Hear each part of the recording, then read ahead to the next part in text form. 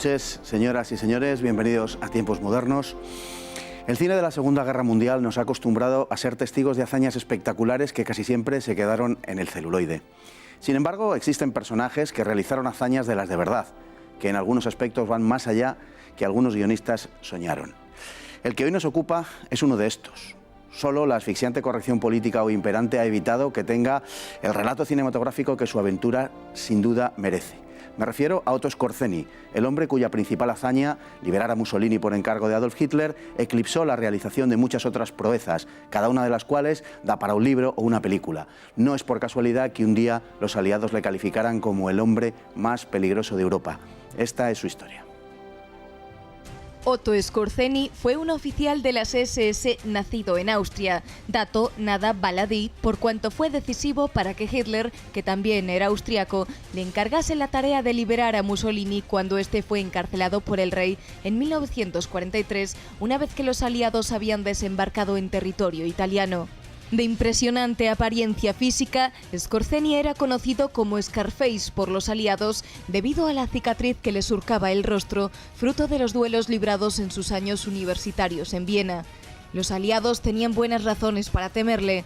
Skorzeny había dirigido la operación que consiguiera la liberación de Mussolini y lo logró sin disparar un solo tiro, en una acción espectacular. El enorme éxito del rescate del líder fascista italiano hizo que Hitler confiase en él para operaciones posteriores, como fue la de mantener a Hungría como aliado del Reich al año siguiente, saldada otra vez con gran éxito.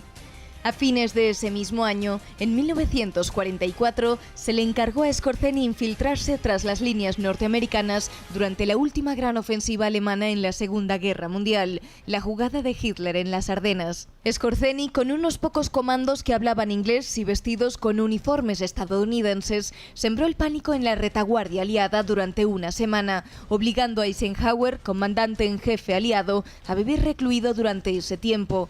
Los aliados supusieron que el propósito de Skorzeny era el de secuestrarle, aunque no era cierto. Aquello le valió la clasificación norteamericana de ser el hombre más peligroso de Europa.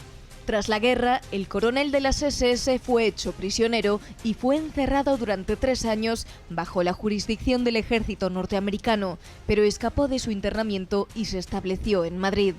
En España pasaría el resto de su vida. Murió en julio de 1975, pero durante los años de su estancia en España abundarían los rumores acerca de sus tratos con el Egipto de Nasser, la Argentina de Perón, el Zaire de Mobutu y hasta el Estado de Israel. También se le acusó de haber establecido una red de fuga para nazis a través de España y con destino a América. La leyenda le persiguió hasta el último día de su vida. Y tenemos hoy, esta noche con nosotros, a don José María Blanco Corredoira, autor de este libro, Objetivo Skorzeny, una especie de biografía novelada de algunas partes de la vida de Otto Skorzeny, ¿no? Muy buenas noches, don José María. Buenas noches, don Fernando. Bueno, por empezar, ni por el principio ni por el final, casi por el medio, podemos decir. Los aliados, después de la guerra, trataron de encausar a Otto Skorzeny por la comisión de distintos crímenes de guerra y finalmente, bueno, fracasando una acusación tras otra, finalmente quisieron enfocarlo por la operación Grave, por haber, lo que tuvo lugar en la retaguardia de la ofensiva de las Ardenas en diciembre de 1944, porque sus comandos habían vestido uniformes enemigos. Cuando la iban a acusar, un miembro de comandos británico se presentó en el juicio diciendo que ellos también habían hecho lo propio, por lo que Otto Skorzeny quedó exonerado. Después de lo cual ya no se mantuvo más ninguna acusación contra Otto Skorzeny. Efectivamente, en el juicio por presuntos crímenes de guerra contra Skorzeny, el resultado o el fallo del tribunal aliado es la absolución, porque precisamente, como usted dice, hay un agente, el famoso conejo blanco, Forrest Geo Thomas, que declara que los ingleses habían hecho lo mismo. También habían utilizado uniformes alemanes en operaciones de comando. Por lo tanto, era un testimonio singular, porque el conejo blanco parece ser que luego sirvió a Ian Fleming como prototipo, arquetipo de espía para novelar personaje de James Bond, era un hombre carismático, laureado o condecorado y que recibía bastante crédito su testimonio, por lo tanto fue absuelto. Los aliados tenían mucho interés en que las personas significadas que habían pertenecido a la Oficina de Seguridad del Estado, es decir, la RSHA, y Skorzeny había estado dentro de la sección sexta bajo las órdenes del carismático Walter Schellenberg, que quedaran a salvo, y la preocupación de él era en un primer momento entregarse a los americanos y después los americanos que quedara en el lado bueno, es decir, que no pasara, no fuera prisionero de los soviéticos como habían pretendido ellos. Porque muchos de ellos colaboraron con los norteamericanos después y fueron utilizados, en algunos casos posiblemente en operaciones especiales, pero también en cuestiones de información, ¿no? Efectivamente. Yo he tenido la fortuna de recibir testimonios muy directos, en concreto el de los legatarios de la viuda de Otto Skorzeny, Ilse Skorzeny, que había sido una aristócrata, sobrina de Hjalmar Sachs, el ministro de Finanzas alemán, y presidente del Reichsbank, y cuando queda viuda, a cabo de los años, Ilse Skorzeny pasa a una situación delicada. Las personas españoles que se ocupan de ella, porque Skorzeny y Ilse vivieron desde el año 50 en Madrid, pues reciben luego como agradecimiento pues todos sus objetos personales, la colección de documentos, fotografías, pasaportes falsos, y la persona, Luis María Pardo, que ha custodiado, clasificado todo eso, ha tenido la amabilidad de ponerlo a mi disposición. Gracias a eso conocemos las peripecias de Skorzeny desde que escapa, o los americanos permiten que se marche del campo de desnazificación de Darmstadt en el año 48. 48, que es cuando escapa. Efectivamente, en la operación principal, podemos decir, por la que más se conoce a Otto Skorzeny, en modo alguno es la única, pero es cierto que es la liberación de Mussolini, donde desempeña un papel clave en la operación, pero que algunos han querido, digamos, desmitificar. En su opinión, ¿por qué sucede esto? Bueno, en septiembre tuvimos un debate muy interesante. Otro autor, Óscar González, autor de Liberad a Mussolini, desmitificando o desmontando el mito Skorzeny. Tuvimos un debate muy interesante en una librería en Madrid y que tuvo mucha aceptación porque se pusieron de manifiesto los dos puntos de vista. El punto de vista de la moderna historiografía es la de revelar que la operación de comandos que sirve para rescatar a Mussolini, no la pudo preparar un capitán de las SS. Pero lo cierto de todo es que Skorzeny es un hombre que tiene la tremenda virtud o la circunstancia, esa aptitud personal para ser siempre el primero en llegar a los sitios. Yo lo digo de forma muy sencilla. Llega a la barra de un bar, hay 20 personas y le atienden a él primero. Sí, porque tenía un acusado sentido de la publicidad. De la publicidad, de la oportunidad, y tenía algo que después del psicoanálisis, don Fernando, que yo he hecho del personaje, tiene un segundo de anticipación en cada momento. Reparte la bofetada antes de que se la peguen a él. Ya. Y entonces eso lo muestra en todos los momentos de su vida, cuando Hitler y desde el cuartel general convocan al general Student, general que manda la división paracaidista.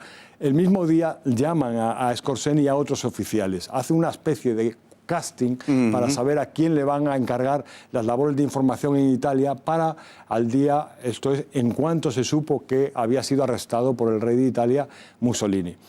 Y eligen a Skorzeny porque Skorzeny es el primero en responder y es el que audazmente le dice a Hitler, cuando le pregunta su opinión sobre Italia, dice: Mein Führer, yo soy austriaco. Efectivamente, el hecho de ser austriaco determina a Hitler, porque Hitler entiende que al ser austriaco odia a los italianos. Exacto. Por la secular enemistad. Exactamente, tiene un recelo con respecto a Italia. Y es el hombre. Y entonces el oficial que está allí le dice: pueden ustedes retirarse, quédese Skorzeny, el Führer quiere hablar con usted.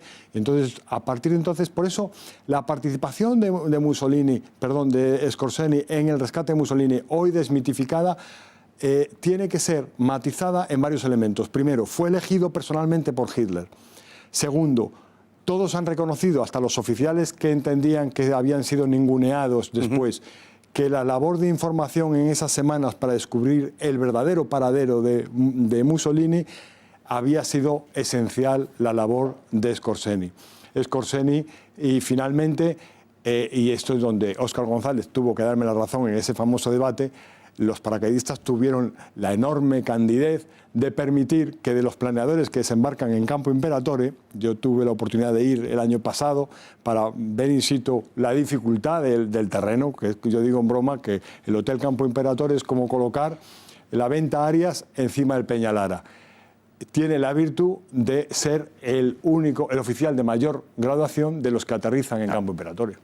Bueno, pero damos un salto en el tiempo, que es donde usted se ha centrado más, yo creo. ¿Cómo llega Otto Skorzeny a España? Después de la guerra, cuando él escapa del campo de Darmstadt, ¿cómo llega a España? ¿Por qué viene a España? Bueno, él, por un lado, recibe una indicación le preguntan dónde le gustaría marcharse y él tiene simpatías con España y finalmente, cuando llega aquí, y esto es lo relevante y es la documentación que hemos podido manejar, y que aparece en la novela, un contrato que firma con Johannes Bernhard, con su seudónimo, el de Rolf Steinbauer, y que le reconoce unas 6.000 pesetas del año 50 al mes y le proporciona casa, es decir, que recibe una acogida buena porque tiene tanto carisma que los industriales alemanes confían en él para hacer negocios en España. Y esa es la razón. ¿Qué hay de verdad en su colaboración, que tantas veces se ha comentado, que tantas veces se ha citado, con los servicios secretos? Se le ha achacado colaboración con los servicios secretos casi de medio mundo, podemos decir, ¿no? Bueno, él no lo negaba, él reconocía que había sido llamado por muchos y no cabe duda que los jefes de Estado con los que tiene amistad, Juan Domingo Perón, Nasser, veían en él una persona, hasta Fidel Castro lo reconoció, una persona de cuyo consejo se podía aprender. O sea, que los asesoró de alguna manera, ¿no? Sí, sin duda. Y hay una historia, además, de su colaboración para intentar crear un ejército, digamos, entre miembros de la Wehrmacht y las Waffen-SS, un ejército anticomunista, ¿no? Esa fue su después de la guerra, quiero decir. Esa fue su primera labor en España, que dura 2 años, del 50 al 52, con el padre Conrado de Hamburgo, un antiguo capellán de las SS, capuchino, que tratan por todos los medios de convencer al gobierno español de crear un ejército de cuadros que pudiera resistir a un envite de los soviéticos en Europa. Bueno, también los británicos y los norteamericanos lo pretendieron. Una pregunta cuya respuesta debe ser telegráfica, con un sí o con un no prácticamente, porque nos quedan 20 segundos. ¿Visitó Simon Wiesenthal en Madrid a Otto Skorzeny, sí o no? Ese es el testimonio de su viuda. Su viuda contó que había llegado Simon Wiesenthal a España. Bueno, pues lo dejaremos para otro día porque creo que estamos en el punto más interesante. Muchas gracias a José María Blanco, corredora. Y a ustedes les esperamos mañana en otra entrega de Tiempos Modernos. Muy buenas noches. Hasta mañana, si Dios quiere.